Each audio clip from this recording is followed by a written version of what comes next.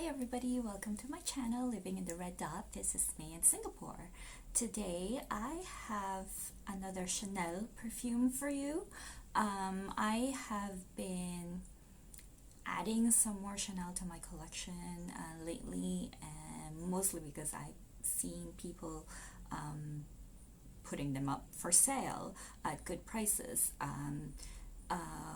Also, I think because the weather has been quite hot lately, I have been kind of staying away from my gourmand fragrances and going more for kind of floral, fresher types of scents.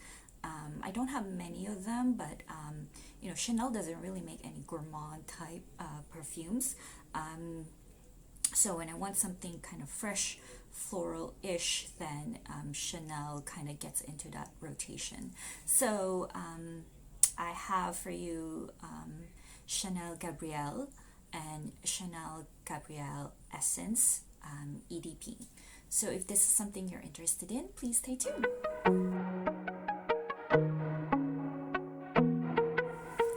So the first perfume we'll look at is Gabrielle by Chanel. It's an EDP. I have a 50 ml bottle right here. This is how it looks like. Again, it's Chanel. It's not cheap. For retail price at Tangs, you would find this at about I think 266 for a large 100 ml bottle. This one is a 50 ml bottle, so it's 184 if you buy it at retail price at stores like Tangs or the Chanel boutique counters. So when this came out in 2017, I believe it was Kristen Stewart that was used as the model for the campaign. Which I was kind of confused about because I never saw her as a Chanel type of kind of like personality, someone to promote the brand. She's a bit more edgy, younger, edgy to me, and reputation actress, like the way she behaves. Doesn't really fit well with the brand. To me, Chanel has always been kind of more classy, elegant, poised. She, on the other hand, is more young, rockish, edgy. So I did not quite see the connection between her promoting the brand and Gabrielle, because you would expect Gabrielle to be edgy as well, which probably that's what they wanted it to be. I think they are trying to capture a younger audience with the launch of Gabrielle. It has been a while since they had new perfumes. This is, I think, supposed to be an entry level to Chanel. Kind of, it's definitely all about the white florals. Very feminine, if you ask me. I'm not sure if a man can pull it off. It's just that feminine to me, but it's not young either, because to me white florals are not really that young.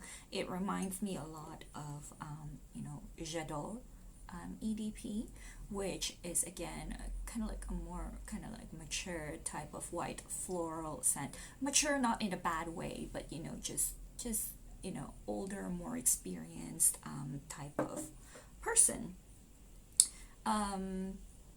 So for me, this perfume, I wouldn't say generic. I mean, it smelled good. It is Chanel, but it's not something that I would smell on other people. Then I would turn my head and go like, I know what that is.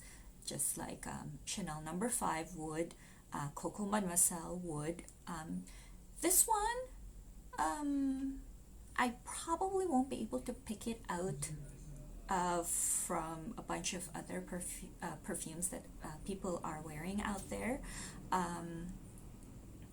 Not to say that it doesn't smell good. Nothing, there's nothing bad about the perfume. Just I think it's not what it's all hyped up to be or supposed to be. It's got the usual white florals that Chanel used for Chanel number 5, like the ylang ylang, jasmine, and I think this one has lily of the valley as well. But there, you know, so maybe that's why it's an intro. You can work your way, get your nose used to smelling these notes, so you can kind of grow into the classic, Chanel number 5 line of perfume.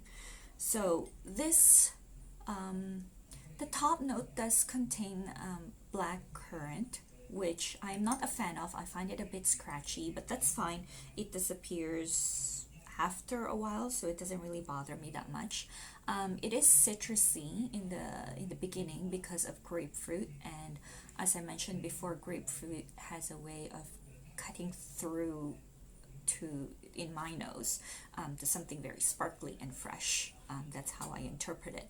So it's got that very nice citrusy top note going into this white florals in the mid notes, and then the base notes you've got like musk, sandalwood, cashmere, and orris,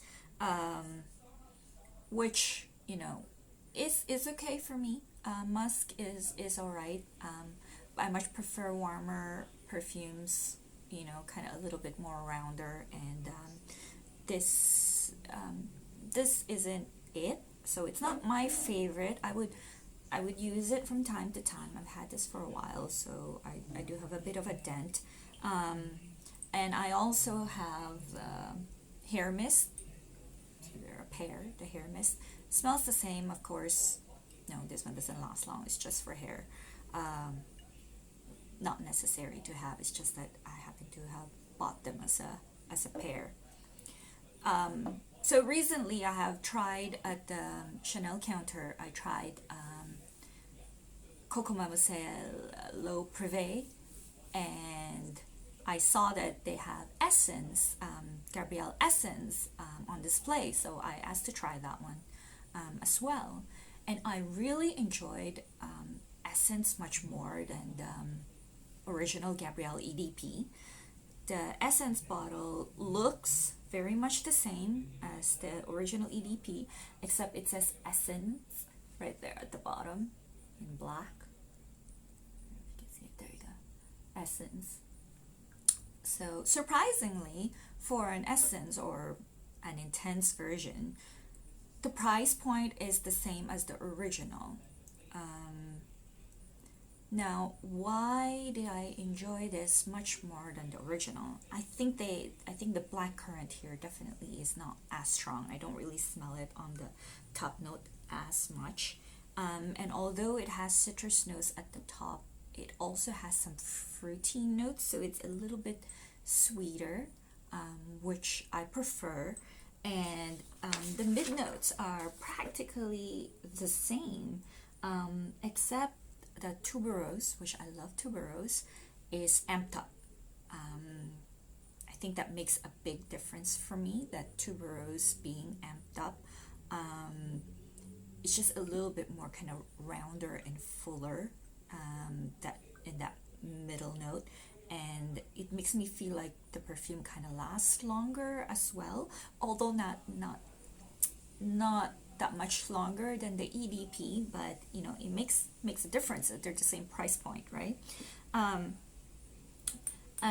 Another big difference is it's got vanilla. It's got vanilla as the base note along with the musk, and I love vanilla, and that adds sweetness as well. And it also has something like coconut, although I don't think I can smell the coconut, so don't take my word for it. Maybe you can smell the coconut, I cannot. So between the two, if you make me choose between Essence or the original Gabrielle, I would pick Essence. They look very, very similar, so easy to get confused. But I think, this is slightly more golden in color, the Essence.